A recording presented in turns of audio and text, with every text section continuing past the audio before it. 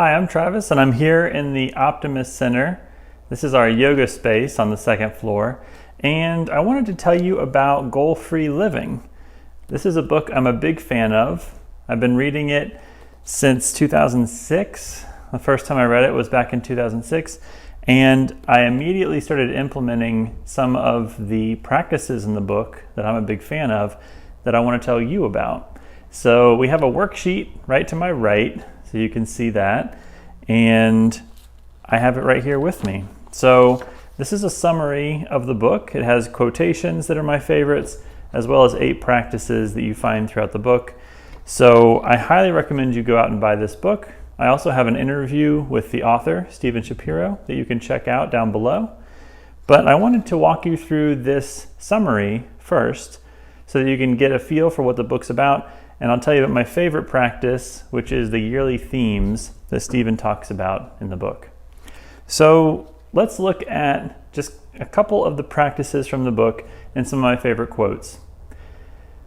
There's a lot of really good stuff in this book. One of the biggest things that's my favorite practice is a yearly theme. So we just had the start to the year just this week, and New Year's resolutions are a big thing. People love to do resolutions, but unfortunately, the quote on the top of this page is only 8% of Americans feel that they always achieve their resolutions. 90% feel like it's something that they're not able to achieve, and after a couple weeks, it can be really disappointing. All these resolutions you make can be actually a challenge for you in the long run. Well, one of the things that Stephen talks about that I'm a big fan of is yearly themes. So since 2007, I've been doing a yearly theme, which means you pick 1 or 2 words that are your theme for the year. So there's a quote down here about that. Let me read that for you. A theme is a simple compass setting. It does not dictate a specific outcome. Resolutions are things to do, but themes are ways to be. If a theme you choose is not working, feel free to change it. Themes are designed to help you experience life more fully. You should never feel limited or constrained. A little further, it says on this bottom right quote, rather than resolutions, choose 1 or 2 words to describe your next year. It serves as a theme for the year rather than a specific goal. Choose a theme that's expansive, gets your juices flowing, has you excited, and moves you into action.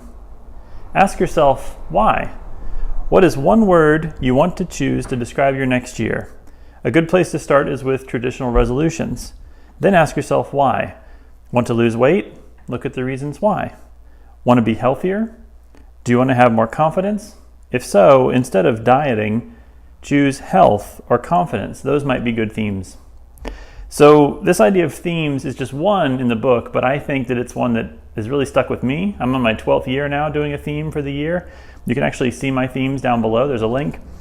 But I want to tell you about some of the other practices in the book real quick so that you can get a feel for what else is in the book.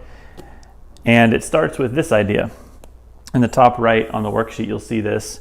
Use a compass, not a map. So one of the things that Stephen talks about is instead of feeling like you have a map that you have to follow with specific things you need to do, it's healthier to think of your life as a compass and that you want to find the right direction that you want to be going. Not exact things you have to achieve, but a feeling and a direction that you want to pursue. So he says, find the direction that feels right, be willing to change your directions, focus on passion and acquiring skills, offering the world value, trying new things, and creating many paths. So when he talks about acquiring skills, that's a focus not on a destination or a job or a thing you have to get or achieve, but instead developing skills that are going to help you no matter what you choose to do. So I like that one a lot. I think that's great. That's the first chapter, the first focus. The second is trust that you're never lost. Avoid decision avoidance, that idea of analysis by paralysis, or if you analyze too much, you are paralyzed. Paralysis by analysis, they say. What you focus on expands. Listen to a silent mind. Commit to a path and commit to your happiness. This silent mind piece to me is a big piece of trusting that you're never lost. It's the idea that when you meditate or you're quiet, that there's a quiet voice inside that helps guide you. So in my case, I find meditation always helps me. Even if you do 30 seconds or 1 minute of just focusing on your breathing. If you happen to have an Apple Watch, there's a breathing app in there that'll help you breathe. There's wonderful apps like Headspace on iTunes or on the Android store that I think would be really helpful, that people love. There's a website called calm.com that you might really like. But whatever the case, whatever you'd like to use, meditation is a wonderful thing to try out. The third piece, the third chapter, is called Opportunity Knocks Often, but Sometimes Softly. Again, that quiet voice inside is often quiet. So he says, before you open the door, look inside. Before you jump into a new job or a new thing, try out something like an experiment. Ginny Blake, in her book Pivot, talks about this too. And that's what I teach at the graduate school as well, to try things out and experiment before you jump fully into something. If there's trash outside, turn it into treasure. This is the idea that, and the second one, turn outrage into opportunity. Anytime something's not going well, anytime something's really difficult in your life, that might actually be an opportunity for you to use that experience to help other people who are going through that.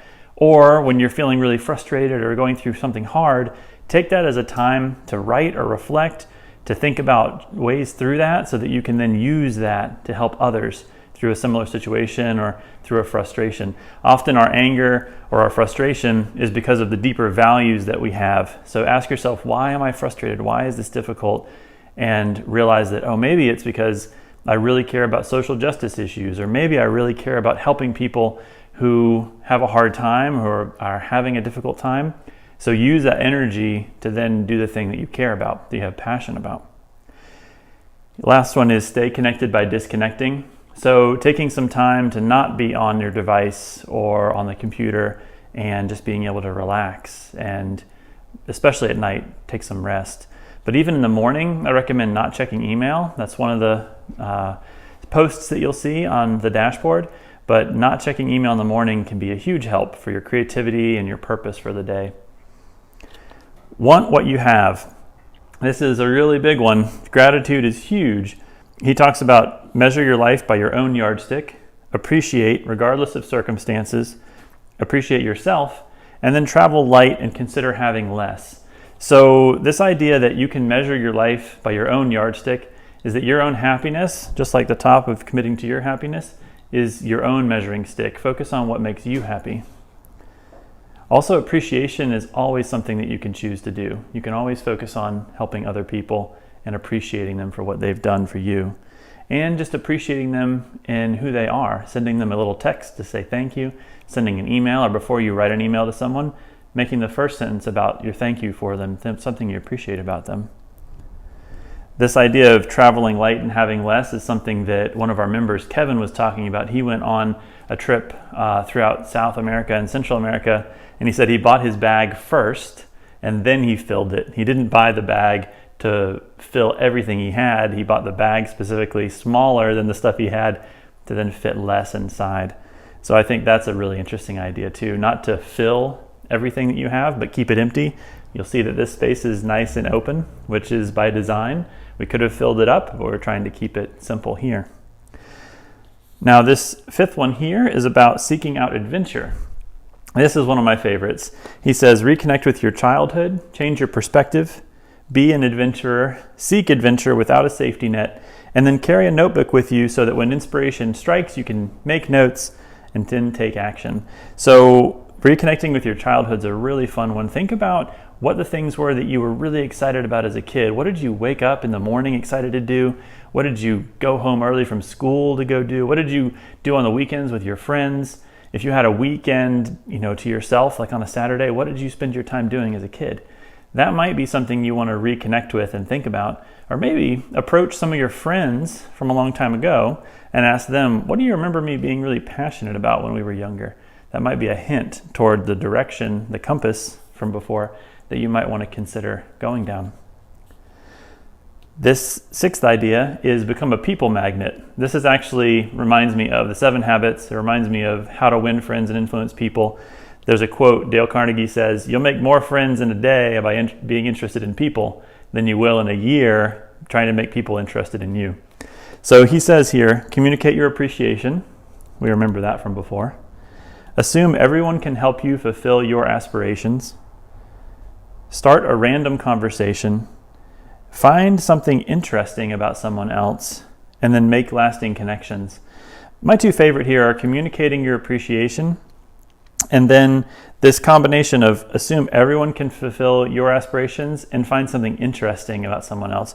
So I feel like the best conversations are when I find something really interesting about someone and I ask them about it. I want to learn more about it.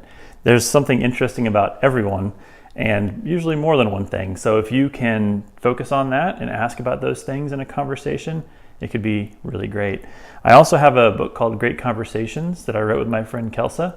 I'll put the link down below so you can see that book too. But this is a big piece of it. Sharing appreciation is a big part of the book.